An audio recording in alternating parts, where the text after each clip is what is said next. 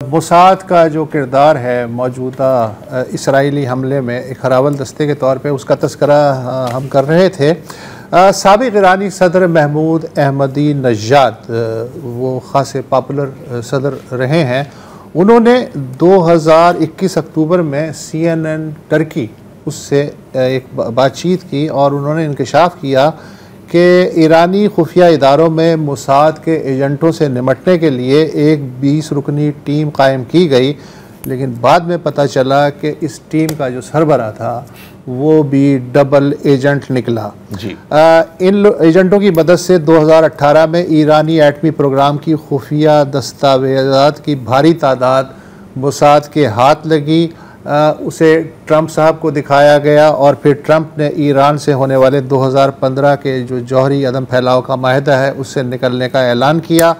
2021 में जिन डबल एजेंटों की शनाख्त हो गई उनमें से अक्सर फ़रार हो गए और उनमें से मुतअद्दिद इस वक्त बकौल अहमदी नजाद साहब इसराइल में क़याम पजीर हैं।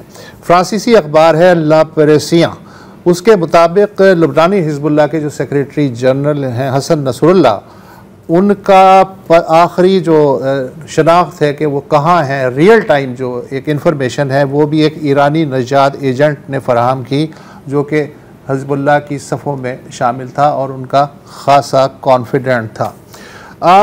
बैरूत में हिजबुल्लाह के ठिकानों पे भरपूर हमले से पहले आपको याद होगा कि हिजबुल्लाह के हज़ारों वॉकी टॉकीज़ बारूद से उड़ गए थे और ये जाहिर है कि मोसाद की कार्रवाई थी। बिल्कुल उसी मॉडल पे इसराइली फ़ज़ाइया का मिशन जो है, ईरानी मिशन, उसे हमवार करने के लिए तेहरान के अंदर स्मगल शुदा मिज़ाइल और असम्बल्ड बारूदी ड्रोन्स इस्तेमाल किए गए। जुमेरात को ईरान पे तकरीबन 200 इसराइली तैयारों की अलगार के चंद घंटे बाद इसराइली ज़राए ने सोशल मीडिया पे फातिहाना अंदाज में फुटेज रिलीज़ की कि किस तरह ईरान के अंदर मौजूद मोसाद के एजेंटों ने खुद कुछ ड्रोन असम्बल करके उनसे मिज़ाइल से क़यादत को और मिज़ाइली ठिकानों को निशाना बनाया।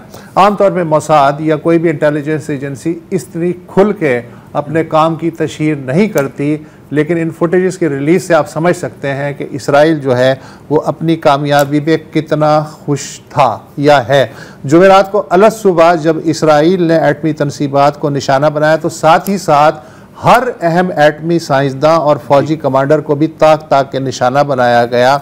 मॉरल ऑफ द स्टोरी ये है कि अगर किसी भी हुकूमत की सारी तवज्जो महज सियासी मुखालिफिन को दबाने की जानिब मरकूज़ हो और इस बारे में मुल्की सलामती और गैर मुल्की सलामती जो है उसमें शगाफ पड़ जाए तो सबसे पहला फ़ायदा जो है वो दुश्मन उठाता है। 2010 से अब तक जितने एटमी साइंसदान कत्ल हुए हैं उसके बाद ईरानी हुकूमत को ज़ाहिर है होश के नाखुन लेने चाहिए थे कि कहाँ कहाँ शगाफ है, इसलिए कि मोसाद के ईरानी एजेंटों ने ही उन्हें कत्ल किया था। इस्माइल हानिया को जिस तरह कत्ल किया गया बहुत ही सफाई के साथ ईरान के ऐन वस्त में, उसके बाद भी अलर्ट हो जाना चाहिए था, होश के नाखुन ले लेने चाहिए थे, लेकिन ऐसा बाद में हाँ। और जितनी इंडियन इन्वॉल्वमेंट है वहाँ पर और इंडिया के जो ताल्लुकात हैं इसराइल पर, इस पर भी थोड़ी सी नज़र रखनी चाहिए। अच्छा, अब जहाँ तक जाहिर है कि इनकी जो पुरानी ख्वाब है कि ईरान में एक नया इनकलाब आए और एक सेक्युलर हुकूमत आए जो हमारे साथ मिल जाए, किस हद तक ये मुमकिन है? रज़ा पहलवी जो शाह के जो बेटे हैं वो तो कह रहे हैं, अभी उनका इंटरव्यू में देख रहा था कि जी जितनी बमबारी करनी है, जितने लोगों को मारना है। तो एंकर परेशान हो गई कि यार सर आप क्या कह रहे हैं कि ईरानी लोगों को मारना चाहिए? उससे कहे नहीं, हम कोई भी कीमत अदा करने के लिए तैयार है, क्योंकि ज़ाहिर है मैं कीमत अदा नहीं कर रहा, मैं तो आराम से बैठा हुआ हूँ। तो ये जो है ना, जो ईरानियन डायस्पोरा है, डायस्पोरा नहीं है डायस्पोरा है यार, इंतहाई बद। लेकिन पाँचों उंगलियाँ बराबर नहीं होती। सबसे अच्छी जो मिसाल इस वक्त सामने आई है वो ईरानी कम्युनिस्ट पार्टी है हिजबुल तोदा पार्टी जो है वो उसने शाह का तख्ता उलटने में एक हरावल दस्ता, जनून हरावल दस्ता, उसका किरदार अदा किया। सावाक के पंजों में सबसे ज़्यादा तोदे पार्टी के अरकान थे जी। ये मजहबी तबके के शाना बशाना जो हैं इनकलाब आया, लेकिन फिर जो हुकूमत है ज़ाहिर है उसके अपने मसाइल होते हैं, तो हिज़्ब तोदा को कलअदम करार दे दिया गया। इनके बहुत से कारकुनान अब भी जेल में हैं, सैकड़ों फरार हो गए, मर गए। लेकिन 2 दिन पहले हिज़्ब तोदा की जो मरकज़ी कमेटी है उसने अपने एक बयान में इसराइली जारहियत की शदीद मजम्मत करते हुए कहा कि किसी भी गैर मुल्की जारहियत के नतीजे में हुकूमत की तब्दीली नाकाबिल कबूल है। मौजूदा ईरानी रजीम के ख़िलाफ़ अवाम दोस्त क़ुव्वतें मुसलसल जद्दोजहद कर रही हैं, मगर इसका मतलब ये नहीं कि हम साम्राज्य के अवामी आज़ादी के नारे के पर्दे में साम्राज्य क़ुव्वतों की नंगी जारहियत बर्दाश्त करेंगे।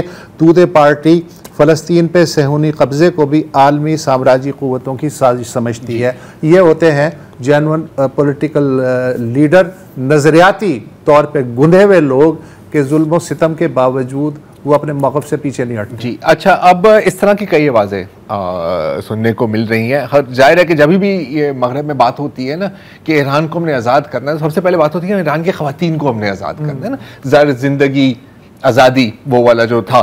तो अभी मैं एक और भी वीडियो देख रहा था जिसमें एक ईरानी खातून, अच्छा जिसके सर के ऊपर चादर नहीं है, तो मतलब टेक्निकली वो अपनी हुकूमत की भी पंजों में आ सकती है, और वो खुल के कह रही है, मतलब ठीक ठाक गालियां भी दी हैं साथ में, कि स्ट्रेट ऑफ हॉर्मुज़ को भी बंद करो, न्यूक्लियर बॉम्ब बनाओ, हमें इंतकाम चाहिए। ठीक है। एक और है साहिर दिलाजानी, ईरानियन ऑथर हैं।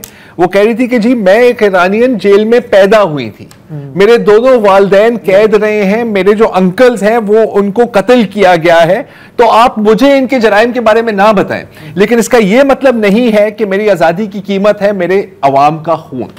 ये बात भाई इसका देख लें आप, बहाइयों को देख लें, बहाइयों का देख लें कि कौन सा जुल्म है जो ईरान में पिछले 40 साल में उन पर नहीं टूटा, भाग गए या बिल्कुल दबा दिया गया। लेकिन अब 3 दिन पहले उनकी जानिब से भी एक बयान आया है कि ये हमारी लड़ाई है, हमारे घर की लड़ाई है, हम मारें काटें या जो भी हम पे हो हम निमट लेंगे, हम इसके आदी हैं। लेकिन बाहर से जब ईरान पे कोई भी हमला करता है तो फिर हम उतने ही ईरानी हैं जितने बाकी ईरानी हैं। और ये थोड़ा सा ना मिलता जुलता है, जब भारत ने पाकिस्तान पर हमला किया था ना, उनकी भी कैलकुलेशन थी कि यार इतने बिखरे हुए हैं ये टूट जाएंगे। यहाँ पर भी इस वक्त तक बज़ाहिर लग रहा है कि it is uniting the Iranian people, बाकी एलिमेंट्स को अपनी जगह। लेकिन आप कुछ कहना चाह रहे हैं? नहीं, मैं सिर्फ ये ऐड कर रहा था कि ये रिपोर्ट्स आ रही हैं अमेरिका से कि नेतन्याहू ने हमला करने से पहले ट्रंप को बताया कि मैं खामनेई साहब को उड़ाना चाहता हूं, और ट्रंप ने रिपोर्टेडली इसको वीटो किया कि आप इनको रहने दें, अभी नीचे वालों को आप करें। आज नेतन्याहू ने ऑस्ट्रेलियन मीडिया से बात करते हुए जब उनसे पूछा गया कि आपका अल्टीमेट ये जो रिजीम चेंज की बात है ना, तो उन्होंने कहा कि हमें जो भी करना पड़ा, मतलब he did not rule it out, हम जो भी करना पड़ा रिजीम चेंज करने के लिए, हमारे लिए सब कुछ लेजिटिमेट टारगेट है। So never say never. नहीं, नेवर से नेवर। अच्छा, अब चलें, टुडे पार्टी की बात हो गई, इन सब की बात हो गई। एक दहशतगर्द तंजीम है जो सिस्तान और बलोचिस्तान में ऑपरेट करती है, कलैदगी पसंद तंजीम जैश अल अदल, राइट, बलोच सेपरेटिस्ट मोस्टली, और सुन्नी है, जाहिर है वो उसका का लड़ाई है। उनका बयान आया जिसमें उन्होंने खुल के इजराइल की हिमायत का ऐलान किया है, बिल्कुल जैसे कि जब भारत ने पाकिस्तान पर हमला किया था तो BLA का इसमें आया था। अब मैं आ रहा हूं कंस्पिरेसी थ्योरी में नहीं बल्कि फैक्ट में। आपने कभी मेमोरी का नाम सुना होगा, middle east media research institute. अच्छा, ये किन्होंने बनाई थी? ये इनके जो बानी है वो है यिगाल कारमोन, अगर उनकी तस्वीर है तो प्लीज चला दें।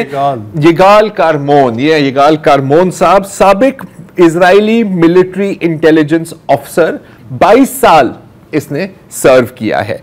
इनके साथ है मेराव वुर्मसर, इजरायली अमेरिकन पॉलिटिकल साइंटिस्ट। ठीक है, तो इन्होंने बनाई मेमोरी टीवी।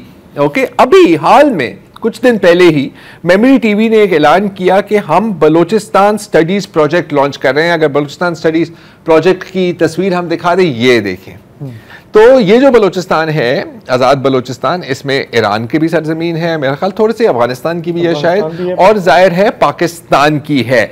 अच्छा, इसके जो मैं वो जो प्रेस रिलीज है वो मैं पढ़ा था, वो कह रहे थे कि जी बलोचिस्तान बड़ी स्ट्रेटेजिक जियोग्राफिकल लोकेशन में है, पता नहीं कितने यहाँ पर नेचुरल रिसोर्सेज है, रेयर अर्थ है, कोयला है, कॉपर है, वगैरह वगैरह वगैरह है। और बिल्कुल, और ये आपके लिए परफेक्ट आउटपोस्ट है ईरान को संभालने के लिए। मतलब खुल के सारी बातें हुई हैं।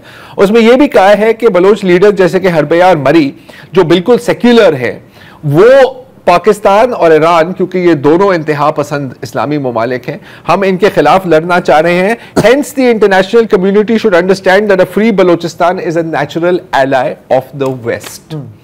और इसके साथ साथ जो इन्होंने इसका सरबराह रखा है इस बलोचिस्तान स्टडीज डिपार्टमेंट का, वो है मीर यार बलोच, जो अनऑफिशियल स्पोक्स पर्सन है BLA के।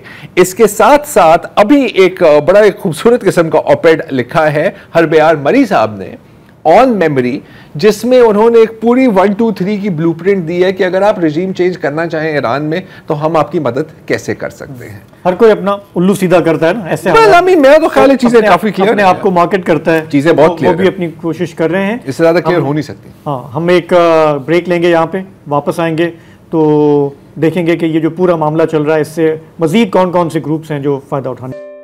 आने वाले दिनों और हफ्तों में क्या होगा ये हम ज़ाहिर है कि नहीं बता सकते, लेकिन मैं एक चीज़ कह सकता हूं कि मैंने कभी अपनी ज़िंदगी में पूरे सोशल मीडिया प्लेटफॉर्म्स पर इतनी खुशी नहीं देखी पूरी दुनिया में कि किसी मुल्क पर बमबारी हो रही हो और लोग मतलब लिटरली सेलिब्रेट कर रहे हों, जितनी इजराइल पर बमबारी को सेलिब्रेट किया जा रहा है।